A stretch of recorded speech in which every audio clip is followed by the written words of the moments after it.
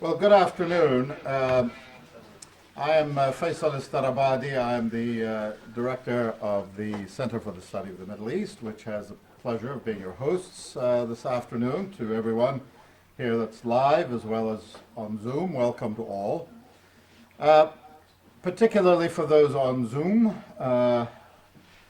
the Associate Director of Sesame, Dr. Carl Pearson, will mediate questions to our speakers. So if you are on Zoom and would like to ask a question, please submit it on the chat. Is that right, Carl? We're doing it on the chat? Yes. So please do submit it through that forum, and Dr. Pearson will get to the questions. I am delighted to turn the rest of the proceedings over to Professor Šumit Ganguly, by way of a very quick introduction. Professor Ganguly, who is certainly one of the country's leading experts on the politics and security issues relating to the Indian subcontinent and the region, is a distinguished professor of political science here at Indiana University, where he also holds the Tagore Chair in Indian Cultures and Civilizations. He is an elected fellow of the American Academy of Arts and Sciences and an elected member of the Council on Foreign Relations.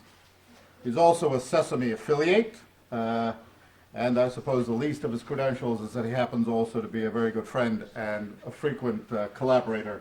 So let me turn things over to Professor Ganguly. Thank you very much, Faisal. Thanks very much once again, Faisal. It's a delight to work with you on multiple projects, and especially this one given its sheer topicality.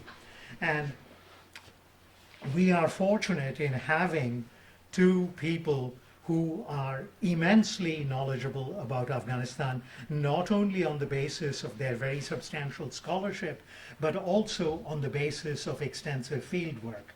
I know that's a quaint notion in political science these days, but as someone who grew up doing field work, I still hold a candle for people who do field work, given the extraordinary physical privations that field work involves. Constructing a data set is relatively easy. You sit in the confines of an air-conditioned office, you have a computer screen in front of you, and you keep tapping away at the keyboard.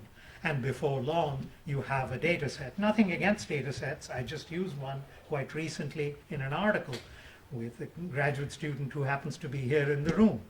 But there is, for certain kinds of work, there is no substitute for actual field research.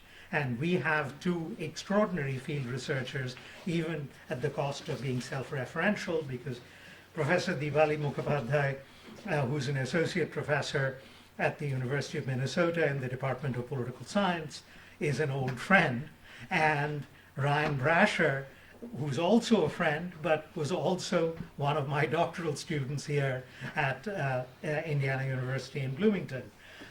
Both of them have done substantial field work, are familiar with the languages of Afghanistan, and have made important scholarly and policy contributions to the, on the subject. Dipali in particular has written on warlordism in Afghanistan and warlord governance in Afghanistan, an important book through Cambridge University Press, no less.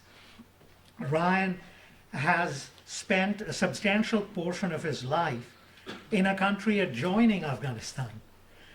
Quite apart from having done field work in Afghanistan. He taught at Foreman Christian College in Lahore, and thereby had a kind of a ringside view to the developments in Afghanistan. I could speak at much greater length about their respective qualifications, but I won't. Instead, what I'm going to do is briefly spell out what they are going to do during the next 20 minutes apiece. And really no more than 20 minutes, because we want to provide ample opportunity for a discussion and question and answer session. Ryan will focus on the weaknesses the structural and historical weaknesses of the Afghan state and how it came about that way. Why did it suffer from structural weaknesses? And Dipali will look at the last 20 years about why couldn't we engage in better state construction. I will not use that accursed word, nation building, because we were never engaged in nation building. Nation building is an organic process. And political scientists have abused this word so frequently. Policymakers, I don't expect much of them. But for political scientists to use that term inappropriately is just utterly unacceptable. We were engaged in the construction of a state, and we failed miserably in that endeavor. And Dipali is probably the best person in the country as an academic to talk about it. I'll just make a couple of preliminary remarks in terms of scene setting. These figures have been derived from the Costs of War project run by a very able political scientist, Nita Crawford, at Boston University. We have spent, we meaning the United States, have spent $2.313 trillion in the last 20 years in Afghanistan, of which $60 billion was spent by state, $1,055 billion was spent by the Department of Defense. This does not include the interest payments and the like, so you ultimately end up getting the 2.313 trillion figure. $83 billion were directly allocated to building the Afghan security forces. The total number of battle deaths of American personnel alone were 2,324 at the time of the withdrawal, including the tragic deaths as the withdrawal was taking place. But that pales into insignificance when you think about the number of total deaths simply from the war, 243,000. That gives you an idea of the calamity of the last 20 years. And this does not include deaths as a consequence of disease, of pestilence, of poor health care and the like. The figure of 243,000 would be considerably greater. So with these sobering statistics in mind, I will turn the floor over to Ryan Brasher, who now is a professor at Simpson University in California. Ryan, the floor is yours.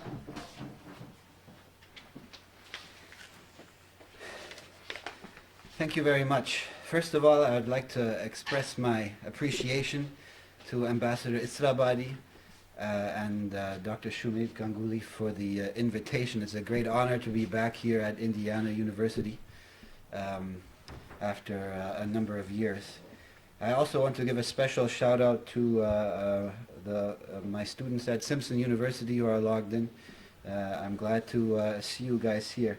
And also very nice to be on the same panel with Dr. Mukhopadhyay. I'm very sorry that we couldn't see you in person. I am very sorry that you had to sit on a plane for 4 hours, but it's good to interact with you this way in any case.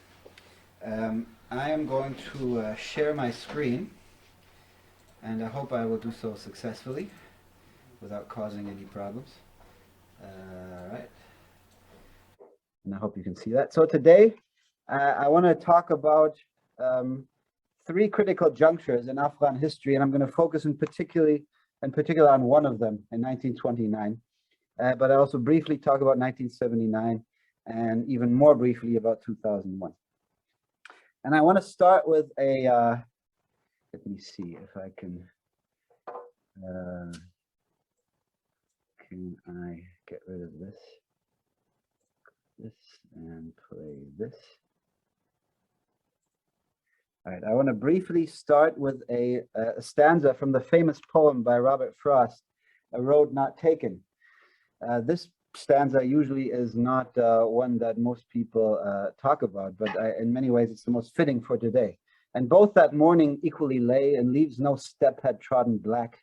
Oh, I kept the first for another day, yet knowing how way leads on to way, I doubted if I should ever come back. The idea expressed in this poem about this path that was not taken is, I think, key to what I want to talk about today. It expresses the central concept of the critical juncture, choice points that lead to paths that we can't get back to. In this case, these choices in Afghan history made all the difference. In political science, we use the language of path dependency and critical junctures. And they can describe and help us understand a number of political phenomena, not all of them, but many of them. And I'm suggesting that Afghanistan faced 3 of them, that choices were made at that critical juncture to the detriment of state building in the long term. Let me explain what I mean by state building, by path dependency. So first of all, critical juncture. A critical juncture is this choice point, which, according to scholar Hillel Sofer, includes 2 elements: the permissive conditions and the productive conditions. The permissive conditions break up previous institutional paths and bring in the element of uncertainty, contingency, possibility. The productive condition of a critical juncture is actually where the choice is made, where a particular choice among a number of options is made, and that leads on to a particular trajectory. So that's the critical juncture itself. The second part of path dependency is institutional reproduction. And here I'm following Paul Pearson, where he talks about 2 kinds of ways that institutional reproduction, why a particular path is chosen, and as expressed in the poem of Robert Frost, one cannot return to the original choice point. Once a choice is made, one is stuck on this path. One is self-reinforcing mechanisms, and these are factors that keep institutional processes on a particular pathway, even if more efficient or better alternatives were available.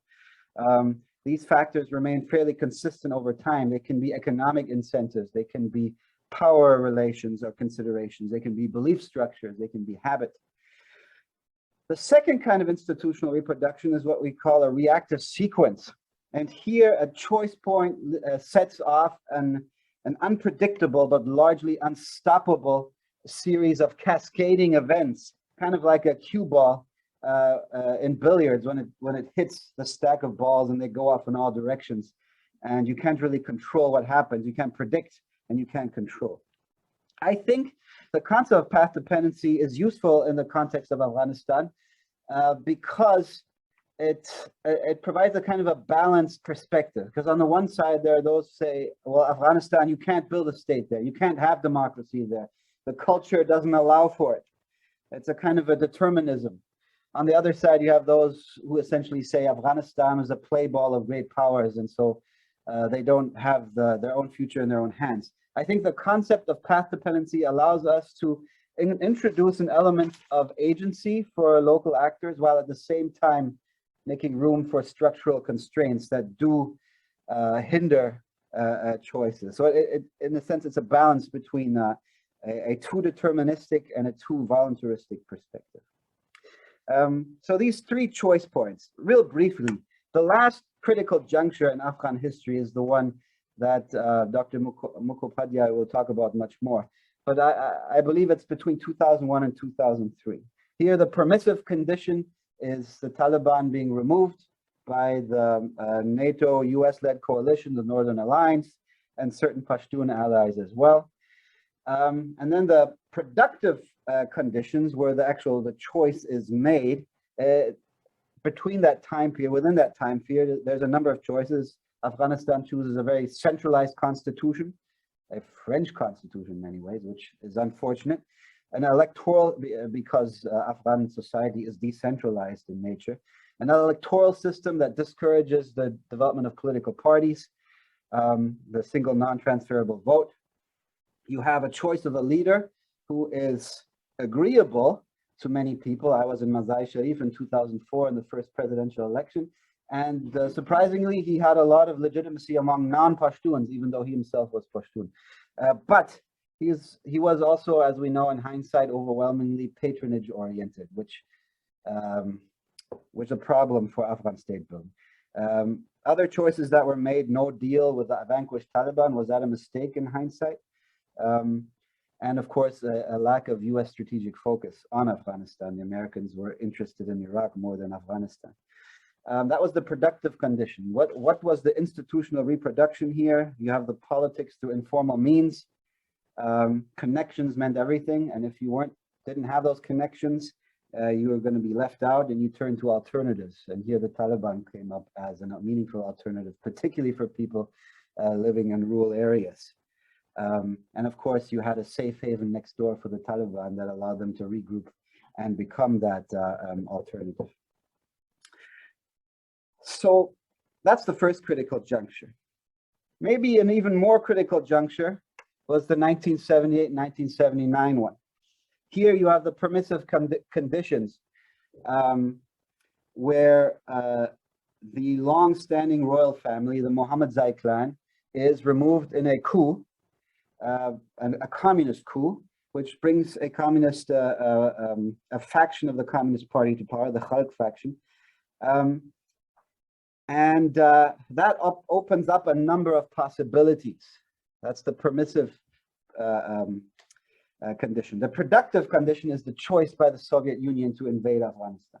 Up until September 1979, the Soviets were firmly convinced that they should never invade Afghanistan. I think there are archival materials that show that the Soviets had no intention of invading Afghanistan. By December, that's changed, and they do decide to invade Afghanistan. That sets off what I would call a series of cascading events that couldn't have been predicted beforehand. If the Soviets hadn't invaded, history might look very different. Afghanistan might have gone the way of, say, Ethiopia, where you have a kind of a third world Marxism with a weak state, a kind of a Ethiopia under Mengistu. You might have had a long-standing, low-intensity civil war there. But with the Soviet decision to invade, you have this cascading set of events. You've got the Americans who are on, you know that they're going to support the Mujahideen now. You know they're going to pour money into Pakistan now. You have the Arab Gulf states who are supporting the Mujahideen. As a result, because the money is being controlled by the Pakistani intelligence service, you've got Islamist resistant groups in Peshawar who are privileged over other groups. You've also got the arrival of Arab holy warriors who want to fight the Soviets, including Osama bin Laden, which then leads to the creation of Al-Qaeda. And then you have the communists being toppled after the fall of the Soviet Union, which might have been hastened by their involvement in Afghanistan. You've got the civil war, you've got the rise of the Taliban, they then host Al-Qaeda, and you got 9/11. So a series of cascading events, a reactive sequence. History might have been different had the Soviets decided not to invade. Now I'm going to spend most of my time on a third critical juncture, which in some ways is even more important than the previous critical junctures, and that's 1929, January through October 1929. Here you got some nice pictures of the players involved. The permissive condition, the initial events that break up previous institutional pathways and make other options possible, is the toppling of the modernist, reformist, but also authoritarian, let's not forget that, he was not a Democrat, authoritarian Afghan reformer king, Amanullah Shah. He is overthrown by a local Tajik, Koistani, traditionalist, conservative, and non-Pashtun bandit, we can say. Some sources say he had been a soldier in the Afghan army and who had then sort of left the Afghan army and sort of became a Robin Hood in his area. I won't go into details, but the revolt got traction because, number one, some of Amanullah's reforms were deemed to be too Western and morally degrading, and also the Afghan bureaucrats tasked with instituting his reforms were seen as corrupt and oppressive to the people. So at this point, there are basically three options. Amanullah in January 1929 leaves Kabul in haste with a car, barely escaping the clutches of Habibullah Kalakani, Bachai Sakau, the son of a water carrier, because he came from humble origins. Until May 1929, Amanullah is still a player in the game, however. He tries to regain power. He's in Kandahar, and he makes an attempt to attack Kabul and push out Kalakani. But on his way up to Kabul, near the town of Ghazni, which is right between Kandahar and Kabul, he encounters resistance. Some of his tribal alliances don't work out. He's betrayed by a Ghilzai tribe, Pashtun tribe in particular. He loses his nerve, goes down to Kandahar and flees across the British border and to British India, and then ends up in Rome, Italy. And so at that point, there's only two choices left. Habibullah Kalakani, the conservative fellow who really is only governing Kabul. He has very little control over the countryside, and a lot of people like that. For instance, the Shinwari Pashtuns in Jalalabad, they're happy with their autonomy. The Ghilzai Pashtuns, they also support Kalakani because they have autonomy now. Kalakani is also a Sunni hardliner, and so his rule is characterized by suppression of religious minorities, particularly Shias. The third player, and the one I'm going to focus on, is the Nadir Khan, who then becomes Nadir Shah, the next king of Afghanistan. He is the former general of the Afghan military. Let me go on to the next slide. He has a long-standing connection with Pashtun tribes on the border between Britain and Afghanistan. He has a connection with them going back to 1913, so almost 2 decades. He was the head of a military school. Here you can see a picture of him with a nice big hat. Maybe it'll come in style again at some point. But you can actually, the picture is him with the sons of tribal maliks from what we call Loya Paktia today, the area that the Haqqani network is particularly active in, actually. So he has a lot of connections with them. In 1919, that's where most of his charisma comes from. Yeah. In 1919, he leads the he leads the Holy War against the British, and he helps. He's actually the only Afghan general who's able to conquer territory within British India, and so he has a lot of how can you say, credit with the Pashtun tribes because of his success. He also opposes Amanullah. Here is a short little text from his communication with the British minister before he left Amanullah's service in 1924, where he criticizes Amanullah for his reforms and saying that he shouldn't drag Afghans into the modern age because they are fanatical, bigoted, and conservative. Well, that's the British interpretation of what Nadir Khan says.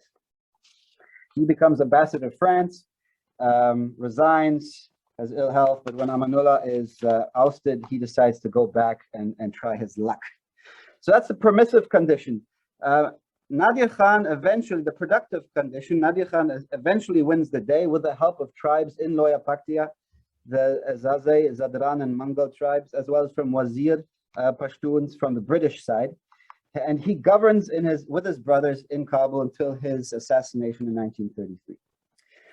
Unlike Amanullah, he is not a high modernist. He does not want to copy Ataturk or Reza Shah in Iran. His chief goal is to stay in power, and he wants to give autonomy to his tribal allies, but essentially clamp down on his rivals, usurp their power, and set up military occupation. And I briefly want to talk about two case studies to show that he usurped his rivals and cracked down on them brutally while giving autonomy to his tribal allies. And so we can see this area, the Koi Daman Valley, north of Kabul, a fertile valley. The city of Charikar is sort of in the center of it, in today's Parvan, Kapisa, and northern Kabul provinces. Habibullah Kalakani was from there. Kalakani is brutally executed in 1929. Essentially, Nadir Khan tricks him and tells him to come back to Kabul after he's pushed him out and said, we'll forgive you. But when he comes back, they actually nab him and execute him. The region is Kalakani's home base. He has lots of support. And when the Afghan government tries to disarm and collect taxes, they rebel. There's a series of rebellions from 1929 to 1930. The most serious one is in July 1930. And here, In July 1930, essentially, you've got a band of 2,000 locals, which then explodes to 10,000, who stage an armed revolt against the local district governor for being heavy-handed and corrupt. They kill the governor. The troops that are sent to reinforce the government are ambushed and defeated, and essentially the area is under the control of the locals. Now the government responds, what do? They're panicked. There's no money in the Afghan government. The Afghan military is useless. Does that sound familiar? And what do? Well, Nadir Khan does what he's used to doing. He relies on support from the Pashtun tribes. So he calls them for help. The Zaze, the Zadran, the Mango tribes in particular, as well as Wazir from across the border. He knows he can't pay them. So what does he say? He says, I'll give you essentially free hand to loot a Khor Daman. You can go there. At one point, he says, I'll give you 100 rupees per head, dead head that you bring back, or 110 per live person. You get to take slaves, you get to take the women and children with you back. And they do. And these tribes pour in. There's close to 25,000 tribesmen that pour into Khor Daman and crack down and crush the rebellion with the help of a little bit of bombing from above, and they set villages on fire. In the end, 700 rebels are executed by being blown from guns. Apparently they learned that from the British, who did the same thing during the Indian, I don't want to call it the Indian Mutiny, the War of Independence of 1857. And thousands of Khorastanis are then condemned to forced labor building roads. So this is a heavy-handed approach to rebellion in this one area. But Nadir Khan has a very different response to rebellion in another area. In 1932, 1933, there's an uprising by one sub-tribe of the Zadran Pashtuns in Loya Paktia, the Darikh Zadrans. And they rebel for some of the same reasons that the Khorastanis rebel. The Afghan government wants to disarm them and collect taxes. Now, what does Nadir Khan do? That's something very different. Now, he does organize a military expedition, but he draws short of cracking down on them. He asks them, the tribe themselves, the tribal leaders, to single out those who are responsible and punish them. But then he negotiates with them. And then there's an official government publication called Islah. And in that, in January 1933, he talks to the Darikh Zadran as if they were children who had misbehaved. Said, "Ay farzandane badbakhtu jahiliman," "Oh, my wretched and ignorant children, why did you do this?" And at the end, he says, "The purpose of this punishment was to discipline you. Now I have forgiven you, and you can go back to your homes and get back to your lives." So he forgives them. In the end, you see this dynamic a number of times. There's a number of uprisings in that area, and every time there's this threat of punishment, negotiation. The tribe settled down, and the government then decides to give them autonomy again. So, in Loya Paktia, the government decides to strategically manage the tribes rather than crack down and set up military occupation. What's the long-term effect of that? You can see that well, you can't see that. I don't have a map of the early provincial divisions of Afghanistan. In 1929, there's 9 provinces of Afghanistan. 1964, there's 28. But Loya Paktia, originally called the Southern Province, is not divided. It's kind of left as its own unit. It's kind of the Afghan counterpart to the Pakistani federally administered tribal areas, where tribes are given autonomy and self-governance. Even in a 1968 government publication, I found this phrase, Hukumat Mustaqil Urgun, where essentially, which means the self-governing district of Urgun, which Urgun is one part of Paktia, which sort of formally signifies that the government has recognized the right of self-governance to these people. The state largely hovers above local affairs. This is a brief summary of the minor civil divisions, the district divisions below the provincial level in Loya Paktia, in Greater Paktia, in the Southern Province. And the names of the districts, the counties, Al-Qadri is the county, that I put purple. I'm not sure if you can see the purple. I'm not sure why I put it in purple. That seemed like a nice color. But the purple ones actually have a tribal designation. So they're not so much designating a geographic area, they're designating a tribe, as if the tribe here is given the sense of you can govern your own affairs. Most, not all of them, but most of the district level designations are officially recognizing these sub-tribes.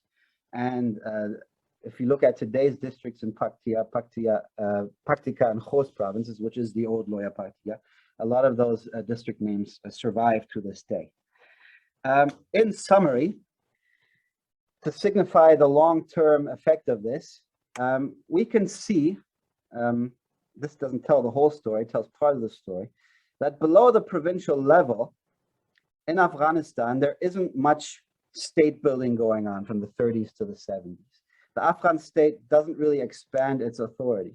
The total number of minor civil divisions, which signifies the presence of the state at the local level, does not increase in those 40 years. If we compare that to Iran, Iran in many ways, some people don't like that comparison, but Iran in many ways had a very weak central state at the beginning of the 20th century, but it went on a completely different trajectory. The number of minor civil divisions exploded in Iran, we can say. The presence of the state at the local level increased, whereas in Afghanistan, it did not. In the long term, essentially, it means that this Afghanistan develops a patchwork state. It has a strong presence in some areas, particularly areas where the state tried to clamp down on rivals, and has a weak presence in other areas. Sadly, also, democracy never gets a chance in Afghanistan. There were some democratic periods, 1940s and 50s and the 60s, but the royal clan, the royal family, the Mukhopadhyay family never really wanted to give up power. Coupled with the geopolitical context at the time, the Soviet American rivalry, you have lots and lots of Afghan officials and educators and officers who are trained in Moscow in the 60s. And what that means is that in the 60s and 70s, there's a radicalization and polarization of the regime opposition. There's communists and there's Islamists, but there's very few liberals. In other words, the path for gradual democratic reform is also closed off. When the revolution does come in 1978, unlike in Iran, there is no institutional structure to support it, to support the radical aims of the revolutionaries. And not unlike what happened recently, the Afghan state just kind of implodes. So this was a very quick and dirty overview of Afghan history. But I'll turn the floor over to Dr. Mukhopadhyay.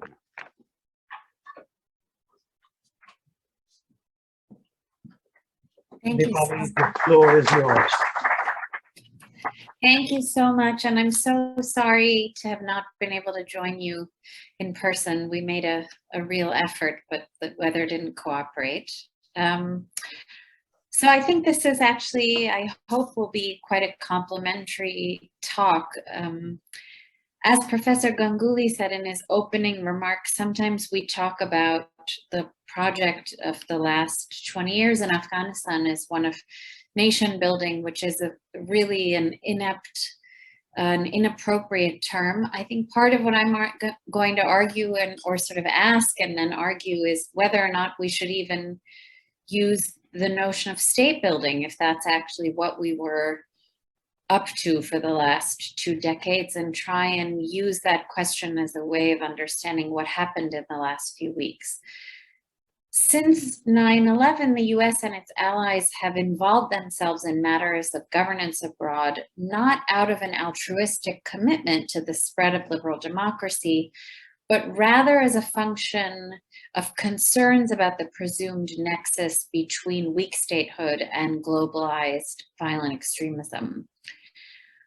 I'm going to borrow the concept of precarity from Noura Lori's work on citizenship and argue that these interventions have endangered engendered, a kind of precarious sovereignty, one that sustains anemic forms of statehood while the possibility of less tenuous standing remains perpetually on the horizon.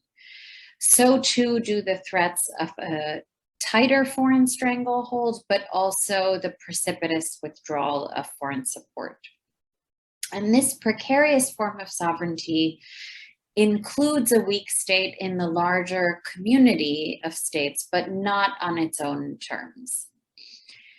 The military campaigns of the so-called war on terror, of which Afghanistan remains the paradigmatic case, have proved profoundly challenging, and their failings are often ascribed to the weakness and corruption of new regimes meant to usher in stability and new forms of governance. In other words, the politics of these regimes are understood to be an existential obstacle to the effort at hand. And what I want to argue today is to present a challenge to that near axiomatic characterization and suggest instead that state building in the shadow of counterterrorism is an unprecedentedly constricting form of intervention in which a regime's venal behavior is not a bug, but rather a feature that stems from the exceptional limits interveners place on the very regimes they claim to embolden. The puzzle then of why, despite all of the resources, time, and effort invested in the last 2 decades, why the Afghan government collapsed as quickly as it did can be unraveled quite easily once one confronts the fact that its fragility was predestined, a part of the post-2001 intervention's DNA. And for me, it feels like an important time to underscore this argument because we hear an insidious narrative taking hold. For those of you who listened to Secretary Blinken's testimony last week, this narrative emerged. And it goes something like, we gave the Afghan people and their leaders a chance to govern democratically. They did not take us up on this generous offer, so now it's time to rethink our own benevolent ambitions abroad and aim a little bit lower next time. In fact, it's important to remember that the United States invaded Afghanistan to its own ends and did so in terms that crippled any ancillary efforts at building capable democratic institutions of government. The parameters of the intervention created dependencies, that they imposed conditionalities and enforced restrictions that doomed the project before it ever began. In that sense, the end of the war is a coda that both punctuates and exemplifies the American project of state building in the service of the war on terror. At its essence, this project was never about enabling a sovereign Afghan state to take hold, but instead it was about avenging the attacks on 9/11. And so state building was a means toward an end rather than an end in and of itself. In effect, it was about the creation of a regime that would be loyal to and dependent on outsiders, designed in terms that ensured rather than overcame its weakness. A lot of scholars in the literature tend to compare the Afghan case and cases since Afghanistan to those from the Cold War and the post-Cold War era. But I think that it's important to distinguish the novelty of the age of terror because intervening states were concerned as before with regimes and with rebels, but of paramount concern are the terrorists who represent a distinct defining actor in the site of intervention. And so the outsiders with their counter-terror agenda articulate the parameters of war making and state making, even as the ultimate responsibility to manage the threat is thrust upon the insider. In this sense, regimes birthed as a product of this campaign exist in the service of a mission that at once necessitates and constricts their sovereignty. Students of the developing world have long pointed out the outsized impact of international systems and rules on modern state formation and the ways in which it's just fundamentally different from how states evolved and emerged in the West. Afghanistan is distinct from many of its developing neighbors because it did not come under direct colonial rule, but it has a long history as a rentier state, dating back to the late 19th century. And it was at that time when the British Crown entered into a relationship with Abdurrahman Khan, who received funds and weapons from the British that positioned him to commence the work of state making. He conscripted troops and raised revenue through taxation, and because he had a free hand to rule internally, he combined brute force with an appeal to divine legitimation and patronage politics and a novel subnational administration, and created what Barney Rubin called a, quote, consolidated if terrorized state. A little more than a century after the Iron Emir's rule, Afghanistan's new president, Hamid Karzai, found himself in the middle of a new exchange with a foreign patron of his own, this time the United States. But this time, the country's ruler would not have the freedom and flexibility to take on sundry competitors on the same terms as his 19th century predecessor. In that sense, the Afghan case represents the pilot for this latest version of international clientelism, which short circuits the so-called extraction coercion cycle through the influx of foreign aid as rent. And in this particular configuration of rentiership, Western support is predicated on the host regime's sustained provision of access to the country's territory for the pursuit of violent actors. The Afghan campaign, the first in the Bush administration's global war on terror, underscored the variability and fungibility of state sovereignty that still mark the international system. The war exemplified the malleability of modern Westphalian sovereignty as the US and its allies set about remaking state society and relations in Afghanistan in response to an attack on the American homeland. Within months of September 11th, the Taliban regime fell and Hamid Karzai assumed leadership of an interim government that was co-constituted by the Afghan victors and their new foreign patrons. The regime owed its existence as the internationally recognized government of the country to this military campaign, and in exchange commenced a new chapter of Afghan state building, all the while unable to claim monopolistic control or even influence over large swaths of the country's territory. So foreign militaries and donor agencies and international organizations brought resources to empower Afghans for their country's reconstruction. But at the same time, those resources came with a series of binds. In post-2001 Afghanistan, this precarity meant that the Karzai government and its successor, the Ghani administration, would remain perennially and deliberately unable to control many of the basic fundaments of power and politics, even as they faced blame for governing poorly. This young government's Western benefactors complicated the country's already crowded war state through a series of strategic decisions to collaborate with the warlord commanders of the Northern Alliance in 2001, to exclude the decimated Taliban from politics, and to employ the kinetic use of force on the terms of outsiders. Each of these decisions substantially disadvantaged the palace in Kabul in meaningful and lasting ways. At the same time, the normative scaffolding of 21st century state building imposed a set of so-called good governing requirements and restrictions on the Afghan state that further limited its room for maneuver. These constraints and the precarious sovereignty they produced help explain the reliance of both administrations on a form of palace politics anchored in the centralized management of rivals in the service of regime preservation. So what I'm arguing here is that when regime preservation represents the focus above all else, the work of the state falls prey to the particularities and predilections of the palace. In my first book, as Professor Ganguly mentioned, I considered the implications of these tight conditions when it came to President Karzai's engagement with Mujahideen commanders. I made the argument that under certain conditions, the Karzai government was able to transform otherwise threatening strongmen into valuable governors.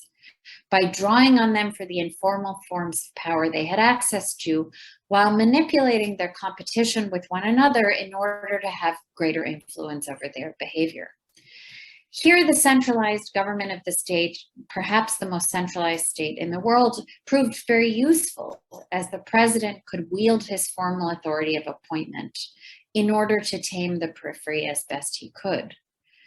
Although these appointments undermined many of the principles associated with good governance, I argued that they allowed for the emergence of provincial governance just the same. Government became a space within which a number of strong men reimagined their political futures in new terms. Not only did they have much to gain from being part of the state, but they didn't have to give up everything in the process. Now, in more recent research, I stepped back from the tenures of particular governors and have considered the larger subnational political map as a function of center-periphery relations. And I argue that within the competitive space that was post-2001 Afghanistan, Karzai and his clique leveraged his formal authority to control appointments in the struggle to remain just above the fray. His approach to appointments, commonly criticized as a reflection of bad governance, could instead be understood as serving the vital purpose of managing competition, a task at the heart of regime survival in a weak state tasked with rebuilding itself under such severely restricted conditions. I argue that Karzai used, amongst other things, his power to make subnational appointments as a means of maintaining unpredictability, balancing and redistributing power, dividing and conquering, rewarding clients, punishing spoilers, and managing donor expectations. His political choreography read as corruption to some, but for me, this was what the sociologist Joel Migdal has called the politics of survival, a means by which Karzai could exert some modicum of influence in this otherwise unwieldy periphery.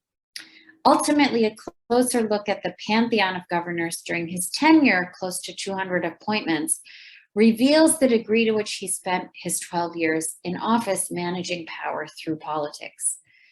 Now, his successor, Dr. Ashraf Ghani, was cut from a very different cloth. He built his scholarly and political career on the philosophy that failed states can be, quote, fixed, through the construction of an independent and law-bound bureaucratic architecture with little room for shady backgrounds or agendas. And yet, those of us who have been watching Afghan politics since 2014 recognize little of this vision across the country. He helmed the National Unity Government, an arrangement not incidentally that was brokered by the US Secretary of State.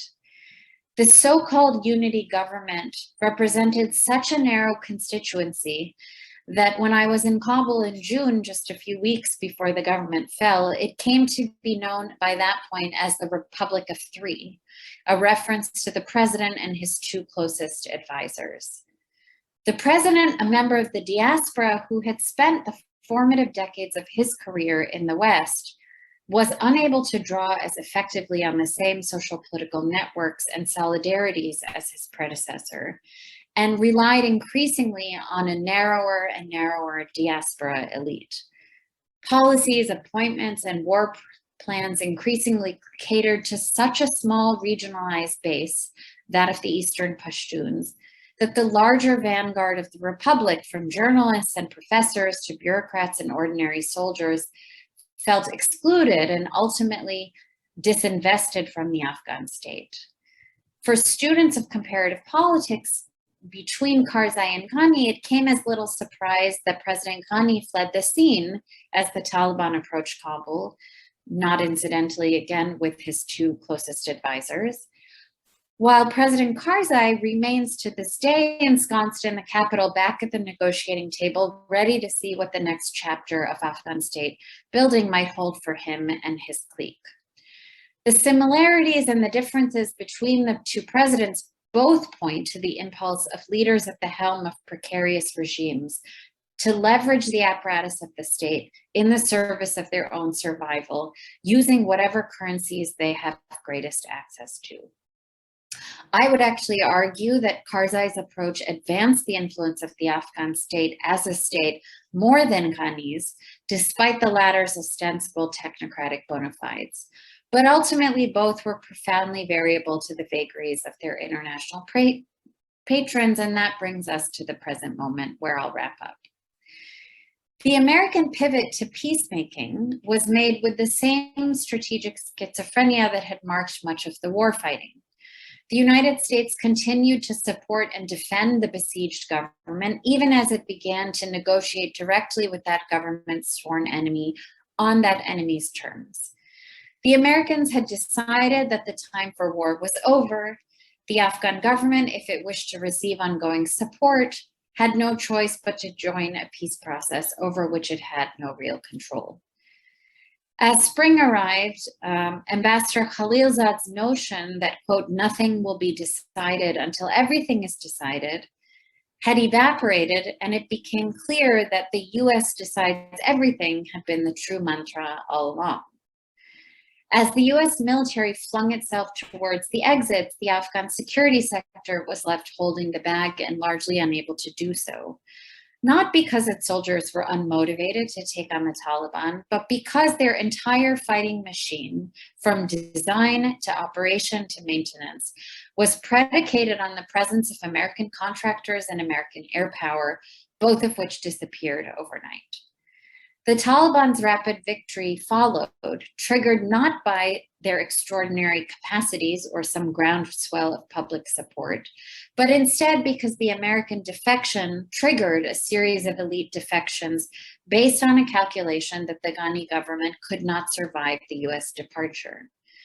This tragic self-fulfilling prophecy is a reflection of the notion that I began my comments with today, that the survival and therefore the collapse of a post-2000 government was always contingent on the decisions of outsiders, even as those outsiders claimed to be building an Afghan state. This is how, in the flash of an eye, we see that the world's most powerful state transformed the Taliban from its mortal enemy into its security partner in managing the evacuation through the airport, and now presumably in its efforts to defend Afghanistan from becoming a safe haven to the next scary terrorist on the horizon, the Islamic State.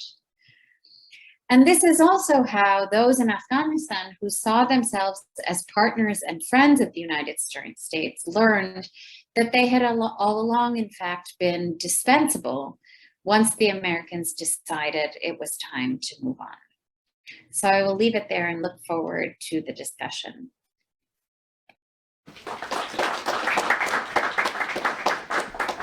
Thanks very much, Dipali. We've been fortunate in having two really extremely informed and granular discussion statements, and we will now open the floor up to questions, and I really mean questions, not long comments or harangues, and I will cut them off if anyone engages in harangues and long statements. We are primarily interested in a discussion and a debate about these two presentations, and not long statements, especially polemical ones. Carl, how do you want to do this? I'm happy to ask questions from the chat, and we can open it up to the Yes, physical human beings as well. yeah, let's do that. You want to start with the questions already on the chat? Sure. I have a question for both panel speakers. During the debates on the ratification of the 2004 Constitution, which Afghan factions promoted and supported which Afghan factions promoted and supported a centralized state structure? What was the role of Zalmay Khalilzad, the then U.S. Special Envoy to Afghanistan, Hamid Karzai, the then leader of the country, and influential Afghan expatriates like Ashraf Ghani, who participated in the process as technical experts? And finally, what was the likely motivations for the supporters of this choice? How did they succeed to get what they wanted?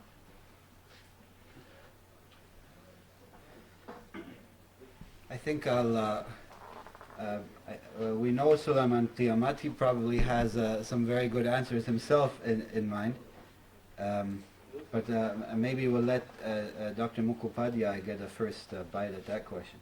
Thank you. It's a great question, or a series of questions. I think the highly centralized structure of the Afghan state, it's important to remember it was not an invention of the 2004 process. The 1964 Constitution represented a template.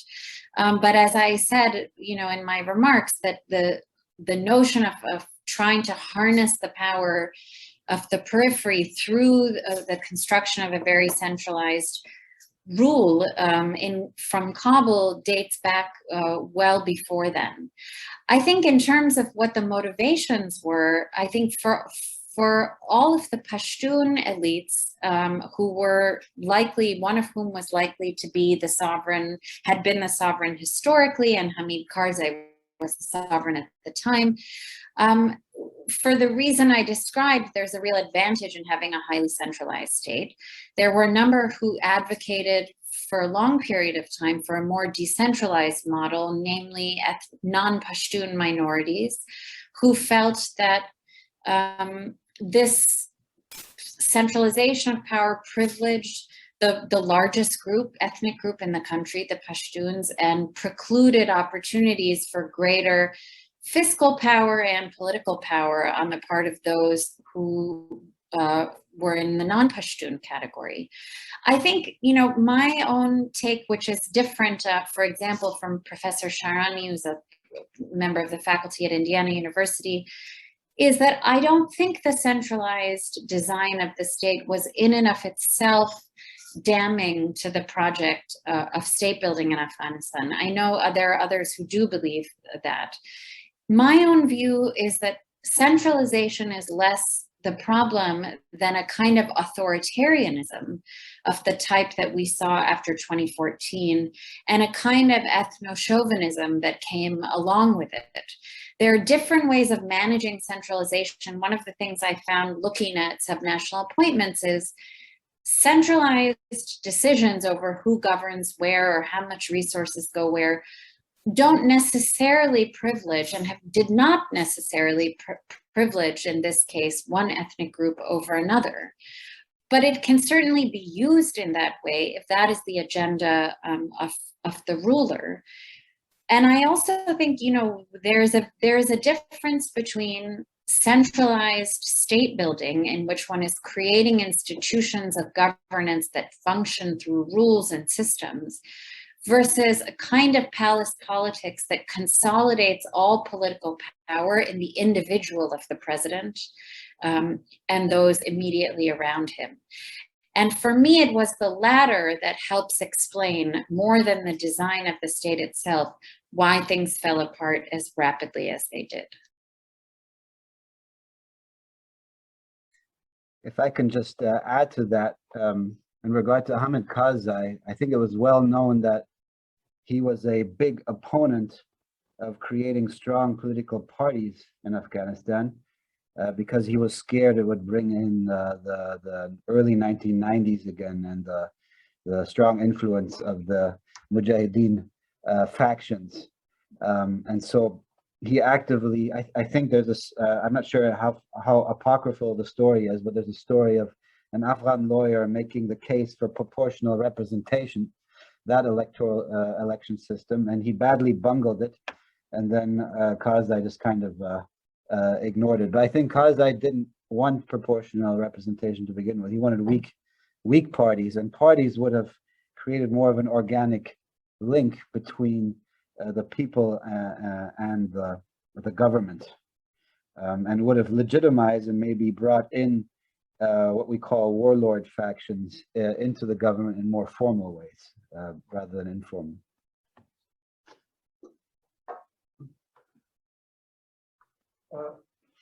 Dipali, can you hear me? All right, good.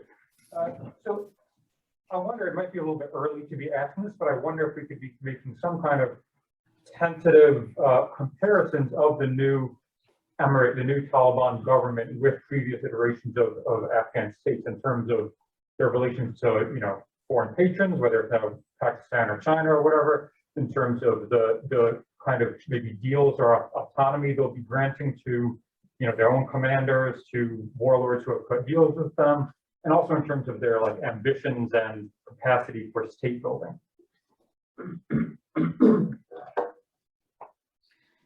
Sure, I can take a first crack at that. I think what's really interesting about the Taliban is what a remarkably successful insurgency it has been. And part of that has to do with having sanctuary over the border. Part of it has to do with the remarkable failings of the Afghan government. And part of it has to do with the aspects, I think, of the intervention and the ways in which they were mismanaged.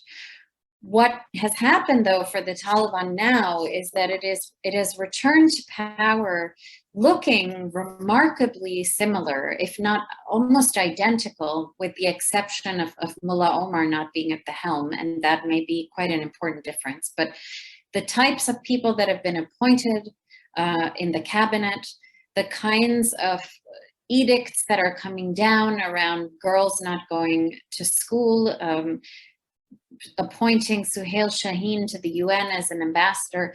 These are the kinds of decisions that suggest that the Taliban, to the question in the chat, we're not really looking at a Taliban 2.0 so much as I think an attempt, a kind of redux of what happened in the 90s.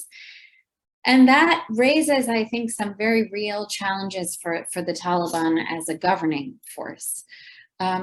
Because ultimately, the Afghan government is responsible for a very diverse society, and a society that has become increasingly urbanized and young since the 1990s. So just an example, when the Taliban governed Kabul, there were 500,000 people living in Kabul. And now there's an estimate of, no one really knows, but of upwards of 5-6 million people are living there. The average age is thought to be around 19 years old.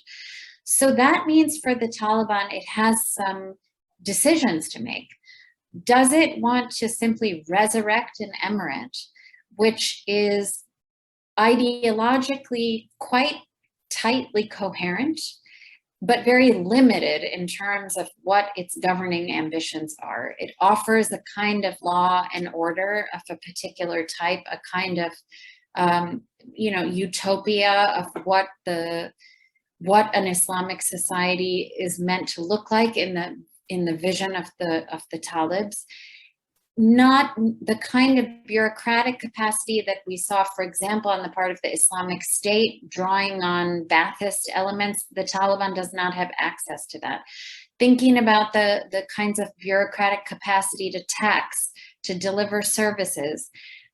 These are not the types of assets that the Taliban has, nor does it seem to be, just for example, by firing 50%, precluding 50% of the population from participating in the workforce, from going to school, it's clearly not interested in drawing on the human capital that has been cultivated in the last 2 decades. Now that leaves it the option of looking to the international community the way previous regimes have for international support. But international support is tied to the domestic political project in this sense, right? Again, the same strictures that applied to the Afghan governments of the past 2 decades apply to the Taliban. If girls are not going to school, there are not going to be Western donors jumping to offer their support. If there is no such thing as an election on the horizon, if public health excludes women, for example, both as patients and doctors, the question becomes, does the Taliban have a big enough alternate international community that it can count on to subsidize its political project? I don't think that the Chinese, the Russians, the Pakistanis, the Saudis, the Uzbeks, etc., are going to be particularly interested in an ambitious donor agenda. I could be wrong. I think that is going to put the Taliban in a position where it is operating from a narrow ideological base without an ability to deliver services, and with even more extreme groups like the Islamic State outflanking it ideologically. So I think it's in a pretty tough position, having succeeded quite remarkably as a fighting force. I'll just add real briefly. I think perhaps the main success of American state building in Afghanistan has been to create a really strong guerrilla movement, the Taliban. It didn't really succeed in building an Afghan state, but the Taliban, I think in some ways it looks the same, but in other ways it looks very different from 25 years ago. They're much more savvy than they were in the past. They've reached out to non-Pashtun constituents. I was surprised at the speed of which they just got Balkh, they got Badakhshan provinces, whereas in the past that had been a core of anti-Taliban support, but now clearly the Taliban has moved beyond its narrow ethnic basis. Clearly it has a larger, at least rural support. And I agree, there is a big urban-rural cleavage in Afghanistan. The last 20 years, the government has largely represented the urban population. Now we have a government that is much more representative of the rural population, at least some aspects of the rural population.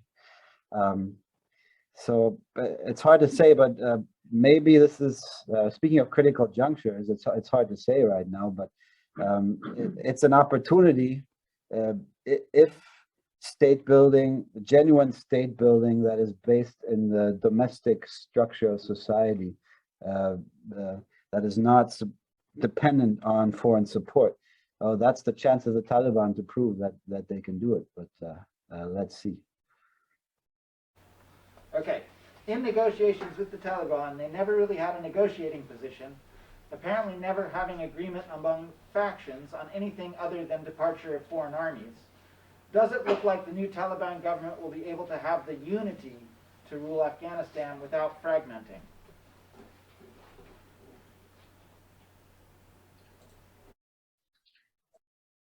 So, maybe I'll just pick up on actually the previous comment on this, which is, I do think that it was quite remarkable that districts and provinces fell where the Taliban had not had a stronghold.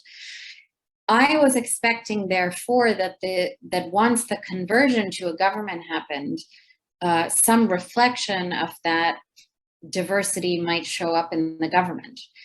As I said, I think a lot of the reason those communities collapsed to Taliban rule was very much a part of the President Ghani's model of governance, which marginalized and neglected northern areas and populations that were not sort of his core constituency. So I think that had as much to do with it. That was certainly the narrative in Kabul this summer, was less about the strength of the Taliban and more about the sense that the government had basically given up on these parts of the country. I think when you look at the appointments subsequently, there's not a single non-Pashtun in the government. There's not a single religious minority. There is I think one non-Pashtun, but very few. And then you have, in terms of divisions within the Taliban, you have a substantial presence on the part of the Haqqani network.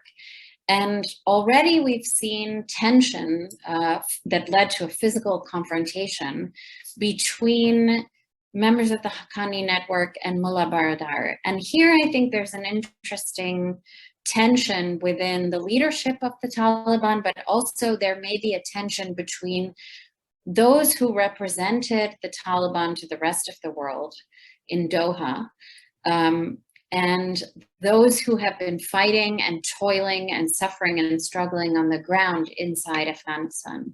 I think their two conceptions of the negotiation process were absolutely distinct.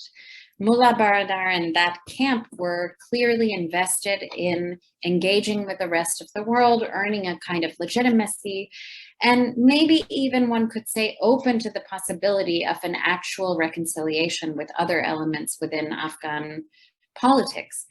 I think the hardliners within the Taliban have no interest in that, and they won. They won the war, and so as a result, I think what we're seeing now, and my guess is what we will continue to see, is greater leverage on the part of those individuals than on the part of those who were outside the country and frankly not suffering really much of the consequences of the war, nor could they really take credit for the ultimate outcome.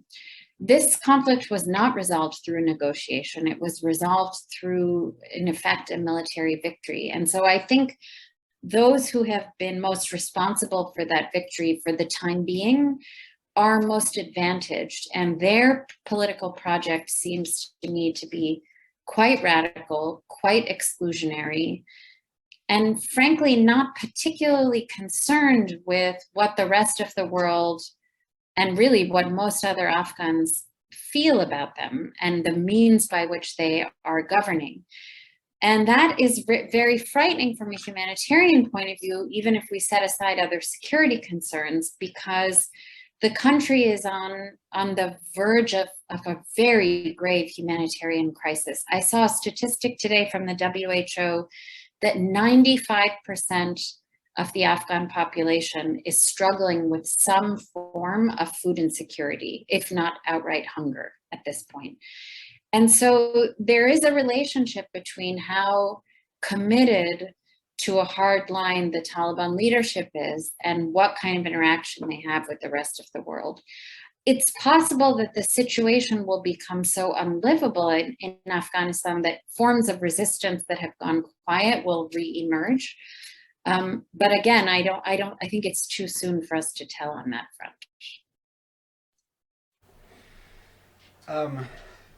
I wanted to answer part of that question while also answering part of the previous question, or maybe a question that wasn't exactly answered, but asked, but I think fits in. Another remarkably successful aspect of the American state, I shouldn't say the American, but the American-supported state-building project was the elimination, really, of separate military power of what we call the so-called warlords. They were incorporated into the state-building project, but many people expected them to be the core resistance to the Taliban, but they all just melted away. And so in many ways it signifies that actually that state-building project was successful in eliminating them as independent centers of military power, which partially explains why the Taliban was able so easily to conquer especially northern Afghanistan. And another maybe interesting dynamic is that you were speaking of the Doha Taliban versus the fighting Taliban. Mullah Baradar he had been in prison in Pakistan, and the Americans specifically requested that he be freed and for purposes of negotiation. And why Doha? Because Doha is not in Pakistan. Doha represents sort of an independent basis where you know these people are not being controlled behind the scenes. We know that the rest of the Taliban leadership, the Haqqanis in particular, they have their base in Pakistan. So are we seeing, in addition to this idea of the fighters versus the negotiators, are we seeing the Taliban that are more intertwined with Pakistan gaining sort of more influence versus those who are sort of less intertwined with the Pakistani state? We have a question here. Yeah. So I was thinking about what you said about how the Taliban reached out to non-Pashtun constituents as well. And my question is, do you think that in some level the Taliban emerged as, on the one hand, an alternative to authoritarian Pashtun-centered governments on the perspective of non-Pashtuns, while also as an alternative to precarious governments in the international stage for from the perspective of Pashtuns. I'll let Dr. Mukhopadhyay. It's an interestingly framed question. I mean, I think that I want to really echo the point that I think that the government of the last several years in particular was very much a government of a particular set of urban elites. And I think that proved to be quite marginalizing. I think that alienated a number of people.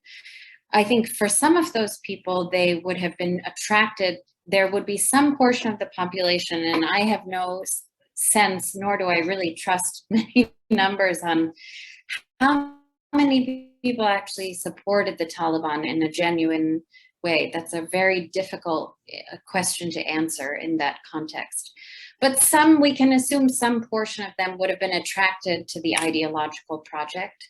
I think some portion would have been attracted to the notion that this was a group that was able to deliver a small number of things, but to do those things effectively and have control over the territory that it governed as a rebel governing force. I think also I really can't overstate the sense in my, whether it was in 2019, in 2020 or 2021 in my trips to Afghanistan, how much I felt that the national security forces, the members of parliament, provincial governors, Mujahideen factions, journalists, civic activists, young people, how many of them felt alienated from the regime in Kabul, felt unheard by it, and I think maybe even more importantly, felt unprotected by it. So there were, you'll remember, a number of very serious attacks that the Islamic State executed in Kabul in Hazara Shia neighborhoods.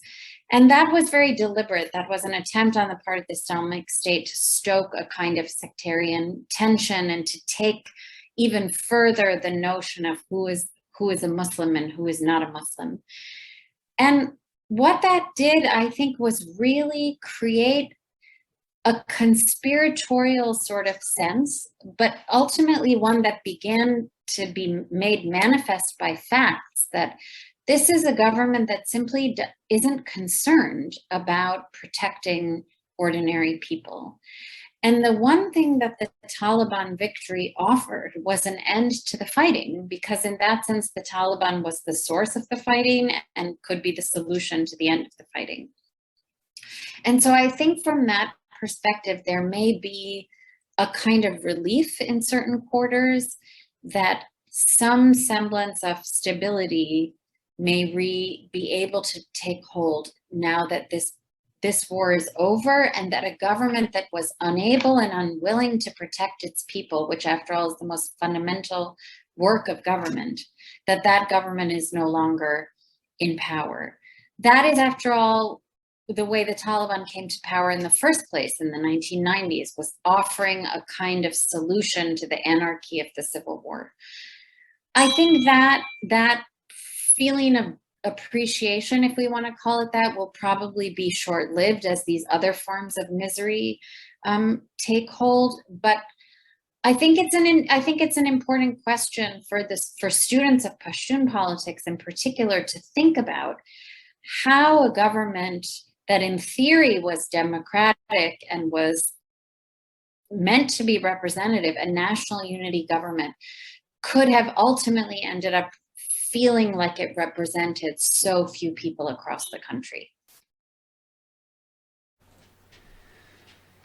I may add this bit. I think when it comes to Taliban governments, the devil always lays in the local details. If we look at the 1990s, Taliban governance in the Pashtun areas, I think, looked different from that in the non-Pashtun areas, somewhat mirroring the previous strategy that I talked about with Nadir Shah. It was more coercive in the non-Pashtun areas and less so. But again, it's going to depend on who's the local Taliban commander. How do they govern? How do they seek to build legitimacy among their population?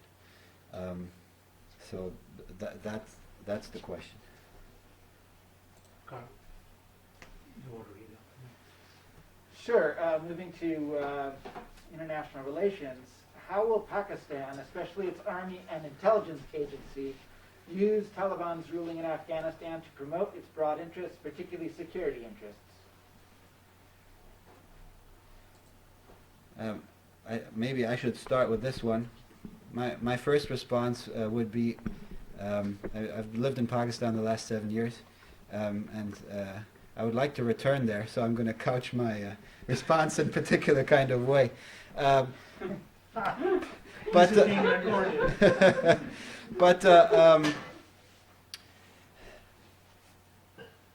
would like to say that the Taliban security establishment is not quite in the same framework as it was 20, 25 years ago, with this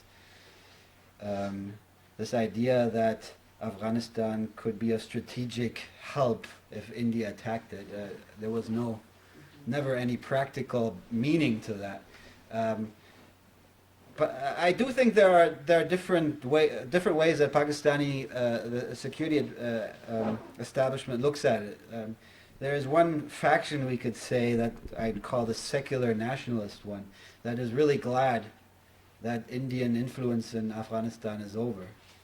But they're not necessarily happy with the nature of the Taliban regime, and they're worried about its influence on, say, Tehrik-e-Taliban Pakistan in Pakistan. But then on the other hand, there are true believers also in the Pakistani military, some of whom I've interacted with myself, who believe these were God's warriors who were fighting on behalf of the Afghan people. Now they're in power, and maybe the same thing can come to Pakistan as well. They're in the minority in the military, I would say. So I think there's an ambivalence, kind of a happy feeling among the Pakistanis in general that the Americans got humiliated, while at the same time worry about what that means for Pakistan. So I don't know if I think the Pakistani establishment got surprised as much as the Americans did. I don't think they necessarily planned for this to happen in the way that it did. And now they're sort of trying to deal with it as the situation arises. Yeah, I mean, I also wonder to what degree they were prepared for what will likely happen. As you know, I spoke about sort of an alternate international community that the Taliban with which the Taliban associates itself, and that includes a whole range of groups who don't seem particularly friendly to the Pakistanis either. I mean, most obviously the Tehrik-e-Taliban, but then there are other groups that one could imagine will be drawn to Afghanistan again, much as they were after the Soviet withdrawal, at this remarkable jihadi victory over the most powerful nation in the world. And from that perspective, I wonder if, this is a sort of staging ground for attacks that could have a very acute effect on Pakistani national security and internal security. So this seems like something that might not be as useful going forward from that point of view. We have time for one last question. If anyone in the room has one, you get the first crack. Otherwise, we return to the Zoom questions. Sorry, can't hear anything.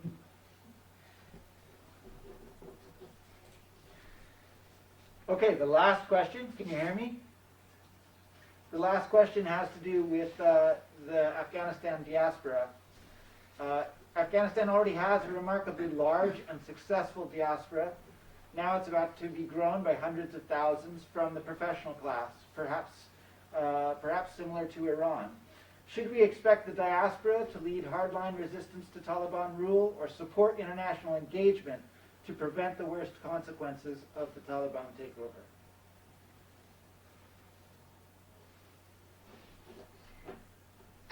think I'll take a crack at this only because I made reference to the aspects of diaspora involvement in Afghan politics that I think have been actually quite problematic. The degree to which, and we see this in a lot of countries, that diaspora being removed from the site of the conflict tend to be attached to particular narratives or particular networks or forms of connection that may not actually resonate with everyone who's actually living in the country, but also I think can end up creating distorted forms of politics along ethnic or sectarian lines.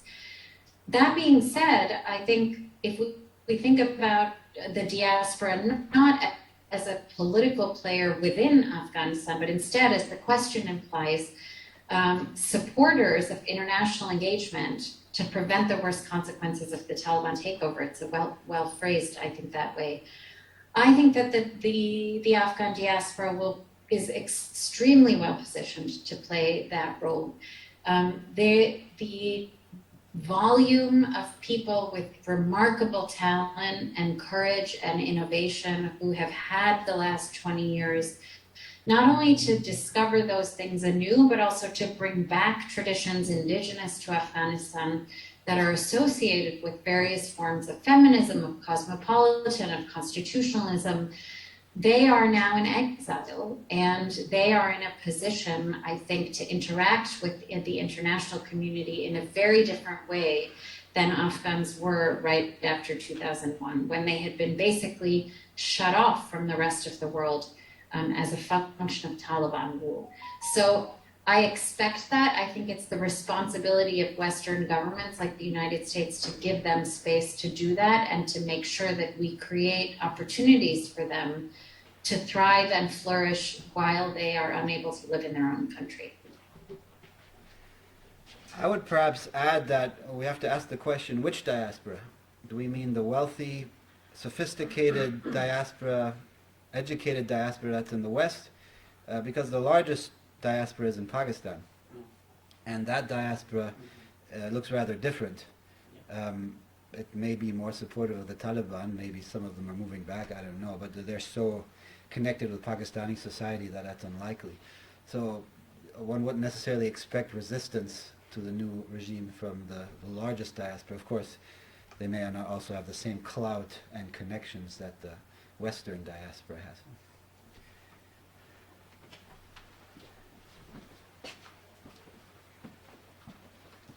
On that note, we'll bring the proceedings to a close. It is more than evident to me that we could have gone on for the next hour or so, given the level of interest that these two presentations have generated. Both of them were extraordinarily well-informed, thoughtful, and granular, and this is only the beginning of a conversation, because this whole issue is not about to vanish. It may drop off from the front pages of the Washington Post or the New York Times or your evening news, but that doesn't mean, as scholars, that we are going to abandon this subject and completely let Afghanistan disappear from our intellectual horizons. And at any event, I'm delighted to mention that Professor Mukhopadhyay has kindly consented to come to another conference in March of next year. And inshallah, we will meet then instead of being interrupted by adverse weather over Chicago, which prevented her from joining us in person. But despite the physical limitations of that intervened and prevented her from coming here, we nevertheless had a marvelous conversation, and I'm grateful to Professor Isravadi for organizing this event, to Carl for having taken care of every possible logistical detail. He just needs to learn how to control the weather now. And I am enormously grateful to the two speakers for their prepared remarks and their willingness to take an entire range of questions and answer them in the most fulsome fashion, and to the audience who immediately entered the fray as soon as the formal presentations were over and asked a range of thoughtful questions. And my apologies to those in the chat room who we could not include because of the sheer limitations of time. Thank you, everyone, once again. Thank you.